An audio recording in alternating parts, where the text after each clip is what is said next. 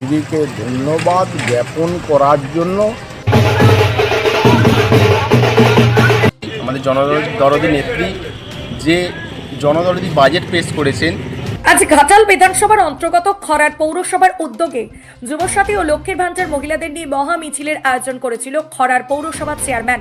মিছিলে উপস্থিত ছিলেন ঘাটালের ব্লক সভাপতি দিলীপ মাঝি। ঘাটালের ব্লক সভাপতি দিলীপ মাঝির সাথে কথা বলায় উনি বলেন, নতুন খরার পৌরসভা দেখতে পেলাম, যেভাবে যুবসাথী ও লক্ষ্মীর ভান্ডার মহিলারা স্বতঃস্ফূর্তভাবে মিছিলে এসেছিলেন।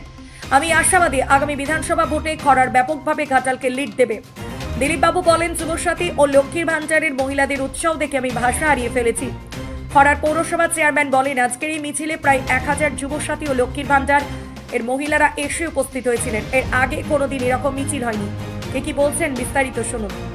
আমাদের মহিলারা যে সুবিধা পাচ্ছেন বা বেকার যুবক যুবতীরা যে সুবিধা পাচ্ছেন বা ক্ষেতমজুর যাদের কোনো জমি নেই যে সুবিধা পাচ্ছেন, সেই জন্য দিদিকে ধন্যবাদ জ্ঞাপন করার জন্য আমরা খরার পৌরসভার পক্ষ থেকে আজকে একটা মহা মিছিলের আয়োজন করেছিলাম।